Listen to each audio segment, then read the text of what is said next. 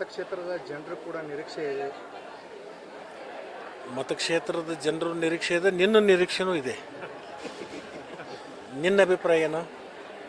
ನಮ್ಮ ಅಭಿಪ್ರಾಯ ಇದೆಯಲ್ಲ ಸರ್, ಈಗ ಏನು ಜನರ ಅಭಿಪ್ರಾಯ ನಮ್ಗಾದ್ರೆ ಚೆನ್ನಾಗಿರುತ್ತೆ ಸರ್. ನೋಡೋಣ ಕಾಲೇನು. ಸರ್ ಈಗ ನೀವು 10 ದಿನಗಳ ಹಿಂದೆ ಡೆಲ್ಲಿಗೆ ಹೋದದ್ದು ನಿಜ.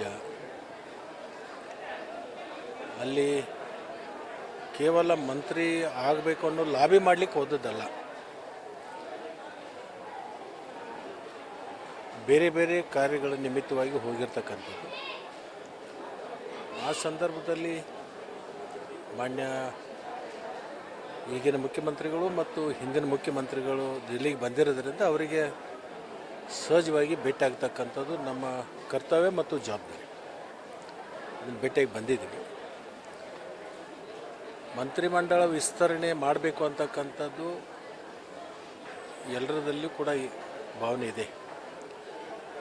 ಕೇಂದ್ರ ಸರ್ಕಾರದಲ್ಲಿ ಈ ನೀಟ್ ವಿಷಯವಾಗಿ ಸ್ವಲ್ಪ ಪ್ರತಿಭಟನೆ ಅವು ನಡೆದಿರೋದ್ರಿಂದ ಕೇಂದ್ರದ ವರಿಷ್ಠರು ಆ ಒಂದು ಪ್ರತಿಭಟನೆಯಲ್ಲಿ ಸ್ವಲ್ಪ ಬಿಜಿಯಾಗಿರೋದ್ರಿಂದ ಅದು ಸಭೆ ಮಾಡಲಿಕ್ಕೆ ಅವಕಾಶ ಆಗಿಲ್ಲ.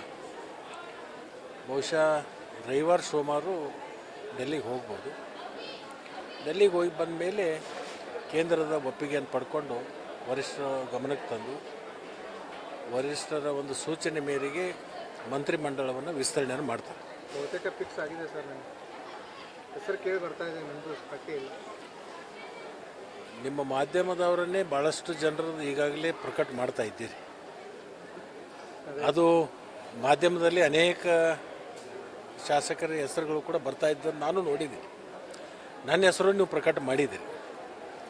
ಬಟ್ ಕೇಂದ್ರದ ವರಿಷ್ಠರು ಮತ್ತು ಮುಖ್ಯಮಂತ್ರಿಗಳು, ಮಾಜಿ ಮುಖ್ಯಮಂತ್ರಿಗಳು, ರಾಜ್ಯಾಧ್ಯಕ್ಷರು ಕೂಡ ಏನು ತೀರ್ಮಾನ ಮಾಡ್ತಾರೆ ಅದು ಅಂತಿಮವಾಗಿರ್ತಕ್ಕಂಥ. ಅಂದರೆ ಮತಕ್ಷೇತ್ರದ ಜನರು ಕೂಡ ನಿರೀಕ್ಷೆ ಇದೆ. ಮತಕ್ಷೇತ್ರದ ಜನರು ನಿರೀಕ್ಷೆ ಇದೆ, ನಿನ್ನ ನಿರೀಕ್ಷೆನೂ ಇದೆ. ನಿನ್ನ ಅಭಿಪ್ರಾಯ ಏನು? ನಮ್ಮ ಅಭಿಪ್ರಾಯ ಇದೆಯಲ್ಲ ಸರ್, ಈಗ ಏನು ಜನರ ಅಭಿಪ್ರಾಯ ನಮ್ಗಾದ್ರೆ ಚೆನ್ನಾಗಿರುತ್ತೆ ಸರ್. ನೋಡೋಣ ಕಾಲೇನು. ಸರ್ ಈಗ ನೀವು